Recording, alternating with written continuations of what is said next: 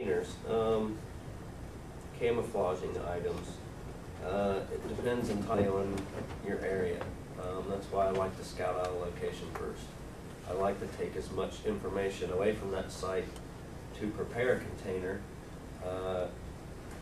to make it the hardest. You want to blend, so if you find a good spot, take some pictures, take some local plant life, sticks, nuts, rocks, whatever's in the area. Grab a handful of stuff so you've got a color palette to work with, and a texture palette to work with. You might not all be artists, but a lot of this stuff you can use too to camouflage your container. And that's all. It goes both ways, whether you're hiding in the city or you're hiding in the woods. I think we've kind of seen that with a couple of caches today, with the electrical plate, the sticker, stuff like that that you can stick right in front of somebody's face and they just overlook it because it's something that's common. It's not something that we usually look at. There's a lot of stuff in our landscape that we go about everyday life, and we're talking on the phone, or we're watching where we're going, or just stuff we do, not necessarily because it's not noticeable, but just because it doesn't affect our life, so we don't pay attention to it. I also use complete concealment, where if you get to an area, you may not see something that I've hidden in the cache page or in the title of the cache that tells you what to do or gives you an idea of how to go about looking for it once you get there.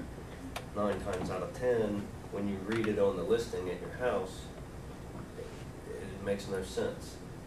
Once you get there, oh, okay, it usually steps you in the right direction. It doesn't always work, but it's a good way to do it. I use that a lot in areas where caches come up missing, people steal them. One of our biggest problems has been ghost hunters. We've had a lot of ghost hunters steal our caches because a lot of our locations we use a lot of ghost stories and cemeteries and stuff like that. I think a lot of it in the beginning was because these people didn't really get the idea of the game. They thought they were supposed to take the container and hide it somewhere else, which it would be nice if our containers had GPS tracking units in it, but I think that would make it a little unaffordable. Methods of placing. I think we've seen a pretty good range today. One that we didn't see was water hides. There are several different ways to hide in water. It's kind of difficult around here because of our weather. Once it freezes, it's over to the fall. Magnets is another one. I like magnets. And one thing with magnets is a lot of people think that using a magnet is thinking outside the box, but it's not uncommon. Most people know of it. What is uncommon is using magnets for things other than holding a cache up. Magnets push as well as pull.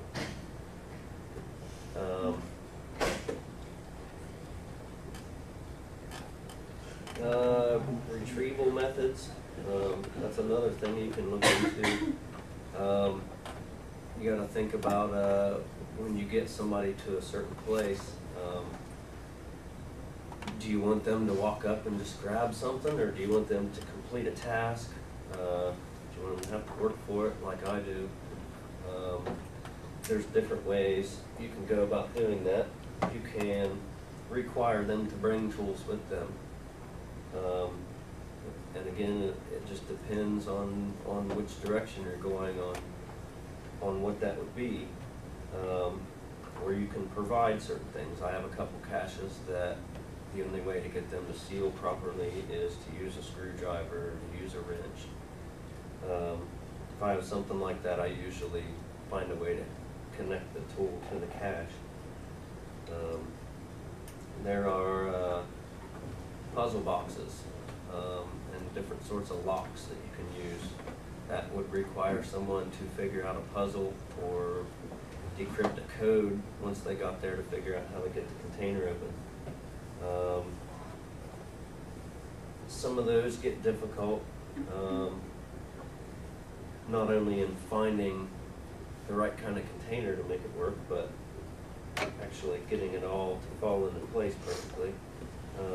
Programmable locks, combination locks that you can change the numbers on, the open house key boxes, stuff that you can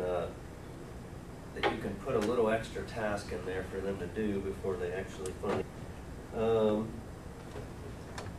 Floating caches.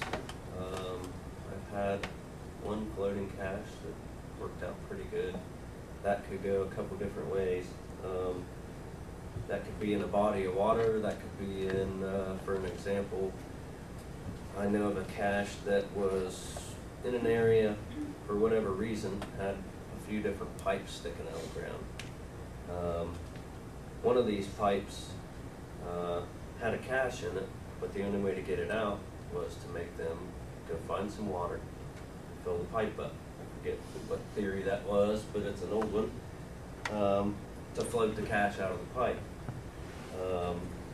I've heard of a couple of different methods with radio control, which again gets into expense, but something like that, people are going to love it when they find it. One of the biggest things with caching, and I saw this today out of a few people, dark hole syndrome. If you go up and you see a nice looking hiding spot and it's black and you can't see in it and there's a spider web across it, and boy, I don't want to stick my hand in there. There's probably all kind of stuff in there. That's a great place to hide stuff because people know you don't want to stick your hand in there. Remote retrieval, I've done a little bit with this. It gets more difficult to find an area. You have to find landowners pretty much that'll give you free reign. But different ways just to get to it. One is it's in the woods, it's an ammo can, should be an easy find. Unfortunately, it's on a cable between two trees and it's 20 feet off the ground. That gets into problem solving skills. There are several ways you could get to it. There are several ways you could get it down. Finding the right one and being able to put it back where you found it is part of the game. Some of that stuff, for one example, there is a railroad trestle that crosses the Potomac River. The concrete pylon, which is directly in the center of the Potomac River, is 70 feet tall. There's a geocache on top of that pillar. There are several teams who have got this cache. None of them did it the same. It was placed